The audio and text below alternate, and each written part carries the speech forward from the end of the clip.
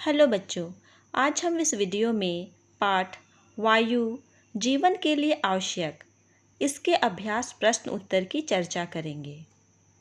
प्रश्न है, इनमें से सही शब्द का चयन कर रिक्त स्थानों की पूर्ति कीजिए। शब्द दिए गए हैं ऑक्सीजन, कार्बन डाइऑक्साइड, वायुमंडल, नाइट्रोजन तथा पवन। पहला प्रश्न है, पृथ्वी के चारों ओर की वायु की परत क्या कहलाती है? इसका सही उत्तर है वायुमंडल। दूसरा प्रश्न है, सभी जंतु श्वसन में वायु से क्या लेते हैं? इसका सही उत्तर है ऑक्सीजन।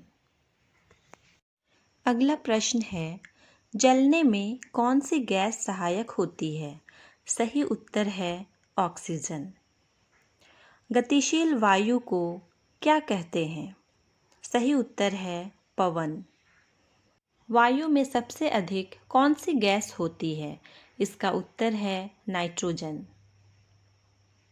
दूसरा प्रश्न है, खंड का में अंकित शब्दों को खंड खा के सही व्याख्या से मिलान कीजिए। खंड का में अंकित शब्दों का खंड खा के व्याख्या से मिलान इस प्रकार है। पवन गतिशील वायु है, ऑक्सीजन जलने में सहायक है, नाइट्रोजन जलने में सहायक नहीं है तथा वायु पारदर्शी है। तीसरा प्रश्न, सही उत्तर के सामने सही एवं गलत के सामने गलत का चिन्ह लगाएं। वायु गैस, जलवाष्प एवं धूलकण का मिश्रण है, यह सही है। मिट्टी में वायु उपस्थित नहीं होती है, यह गलत है। ज्वलन में कार्बन डाइऑक्साइड सहायक होती है, यह भी गलत है। वायु हवाई जहाज उड़ाने में सहायक होती है, हाँ यह सही है। वायु को हम देख सकते हैं, नहीं, यह गलत है। अगला प्रश्न है, वायु के संघटक क्या हैं? यहाँ संघटक का अर्थ है भाग या अवयव या जिनसे मिलकर बना है। तो वायु के संघटक इस प्रकार हैं, नाइट्रोजन, ऑक्सीजन, कार्बन डाइऑक्साइड, जलवाष्प, धूलकण तथा धुआं एवं अन्य गैसें। अगला प्रश्न है, वायुमंडल किसे कहते हैं?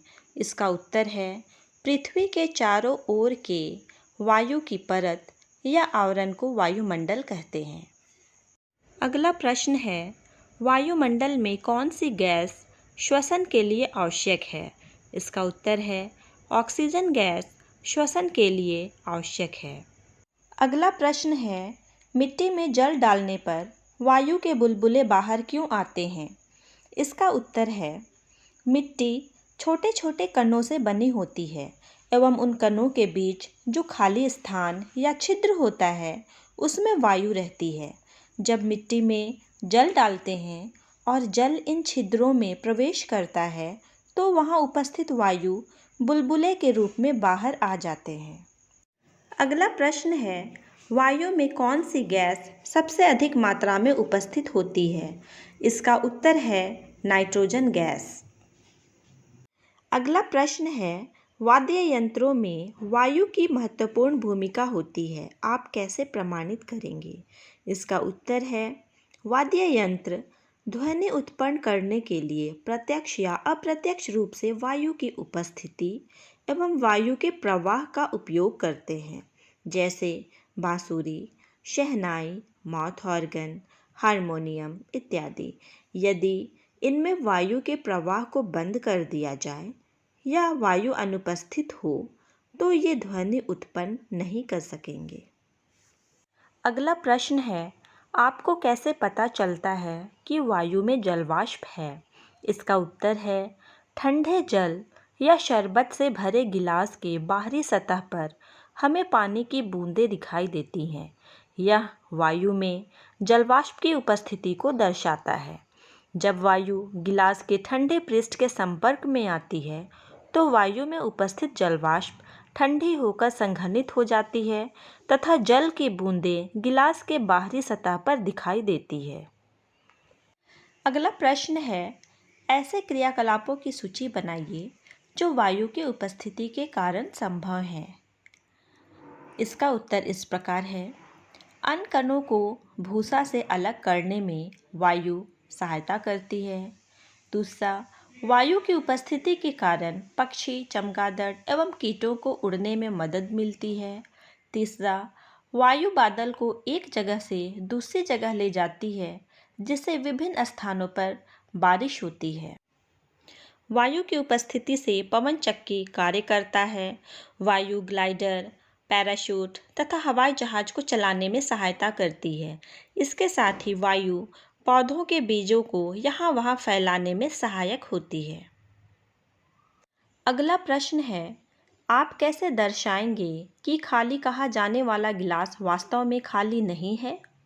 इसका उत्तर है, यदि एक खाली गिलास को हम पानी भरे बाल्टी या टब में उल्टा करके पूरी तरह डुबाते हैं, उसके बाद गिलास को थोड़ा तिरछा करते हैं, तो गिलास में से कुछ बुलबुले बाहर निकलते दिखाई देते हैं।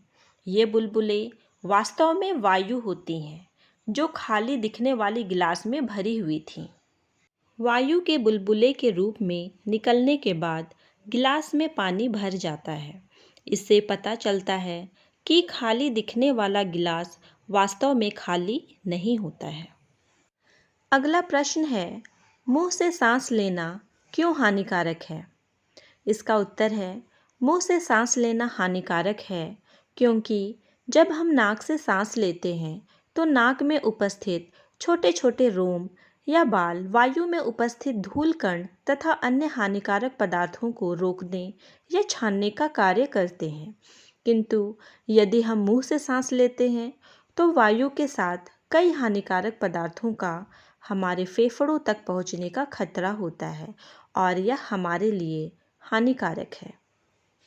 अगला प्रश्न है, अगर दो मोमबत्तियों को जलाकर अलग अलग आकार के गिलास से ढक देंगे तो कौन सी मोमबत्ती ज़्यादा देर तक जलेगी और क्यों?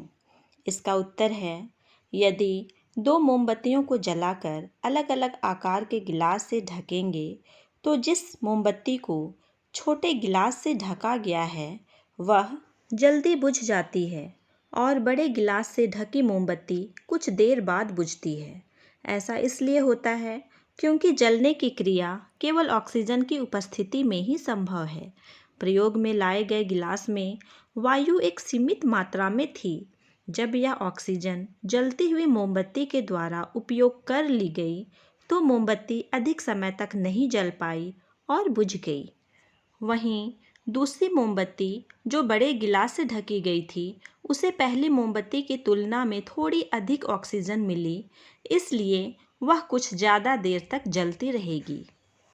अगला प्रश्न है, यदि वायुमंडल से ऑक्सीजन गैस समाप्त हो जाएगी तो क्या होगा? इसका उत्तर है, यदि वायुमंडल से ऑक्सीजन गैस समाप्त हो जाएगी तो पूरी पृथ्वी में उपस्थित जीवन क्षण भर में ही समाप्त हो जाएगा, क्योंकि ऑक्सीजन न केवल सजीव जगत के लिए प्राणवायु है, बल्कि वायुमंडल में भी एक रक्षा कवच की तरह कार्य करती है। अर्थात ऑक्सीजन के बिना जीवन की कल्पना नहीं की जा सकती है।